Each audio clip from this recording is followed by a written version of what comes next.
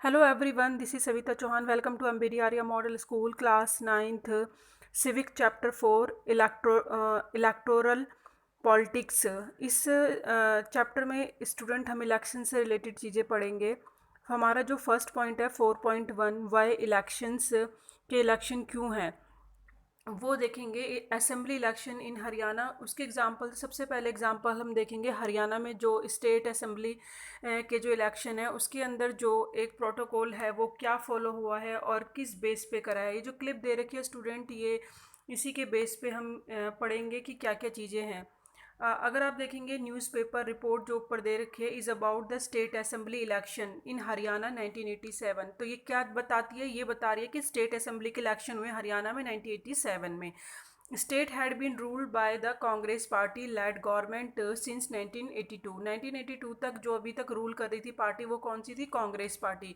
And Chaudhary Devi Lal then the opposition leader, और जो चौधरी लाल देवीलाल हैं वो अपोजिशन लीडर बन के खड़े हुए हैं। And led a movement called, और उन्होंने जो उनके अगेंस्ट मूवमेंट चलाया है, कांग्रेस के अगेंस्ट जो स्ट्रगल वो स्टार्ट कर रहे हैं उसको उन्होंने एक उसका नाम दिया है नया युद्ध।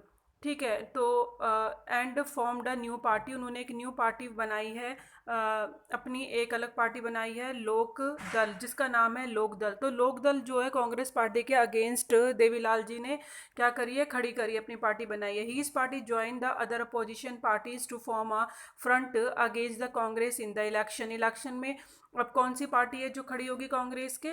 जिसका नाम है लोक दल। ठीक है। इन द इलेक्शन कंपेन, ये इलेक्शन कंपेन जो है Devi Lal set the of his party won the election, और वो अपने पार्टी में इलेक्शन जीतने के लिए बोलते हैं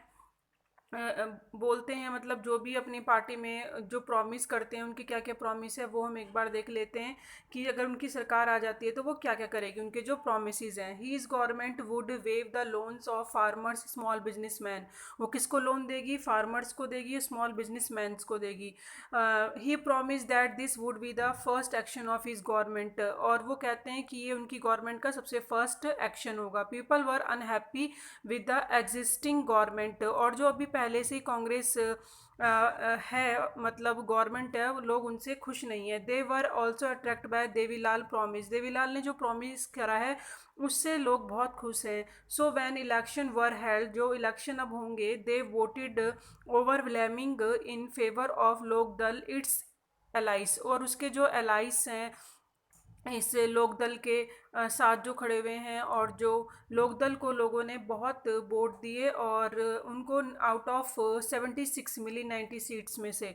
ये एक जो स्टेट असेंबली के इलेक्शन हुए हैं उसमें जो 90 सीट्स थी, यानी हरियाणा के अंदर जो कॉन्स्टिट्यूट अलग अलग हैं, यानी आप ये सोचो कि 19 अगर एमएलए हैं वहाँ से हर कॉन्स्टिट्यूट यानी 90 कॉन्स्टिट्यूंसी हैं, और हर कॉन्स्टिट्यूंसी से एक एमएलए खड़ा हुआ है, तो वो एमएलए के बिहाफ पे ही जो उनको वोट मिलते हैं उससे डिसाइड होता है कि कौन सी पार्टी जीत रही है। तो ये एक हरियाणा स्टेट असेंबली के जो आप इलेक्शन देख रहे हो, तो उसमें 90 में से जो लोकदल के इलेक्शन में जो खड़े हुए थे कॉन्स्टिट्यूंसी उन्हें 76 मिली हैं टोटल, और जो एमएलए हैं यानी जो सीट्स हैं उनको मिली हैं स्टेट असेंबली में।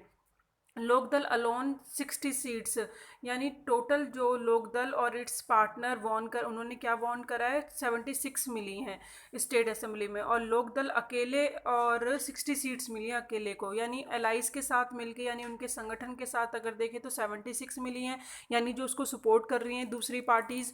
तो और अकेले अगर हम बात करें लोकदल की तो 60 सीट्स मिली हैं। And had a clear majority in the assembly, और उनको साफ पता चल रहा है आपको कि लोकदल की असेंबली में कितनी मेजॉरिटी है। And Congress could win only 5 seats, और सिर्फ कांग्रेस को 5 सीट्स मिली हैं। Election results were announce the sitting chief minister resign, और जो पहले से ही जब इलेक्शन रिजल्ट अनाउंस कर दिया उसके बाद जो चीफ मिनिस्टर पहले से थे उन्होंने रिज़ाइन करा, और newly elected members legislative assembly जो एमएलएज हैं लोक दल के, वो उन्होंने देवीलाल को अपना लीडर चूज़ करा। And the government invited Devi Lal to be the new chief minister, government ने चीफ मिनिस्टर के लिए देवीलाल को बुलाया, इनवाइट करा और 3 डेज़ के बाद इलेक्शन रिजल्ट वह डिक्लेयर कर दिए गए और चीफ मिनिस्टर बन गए।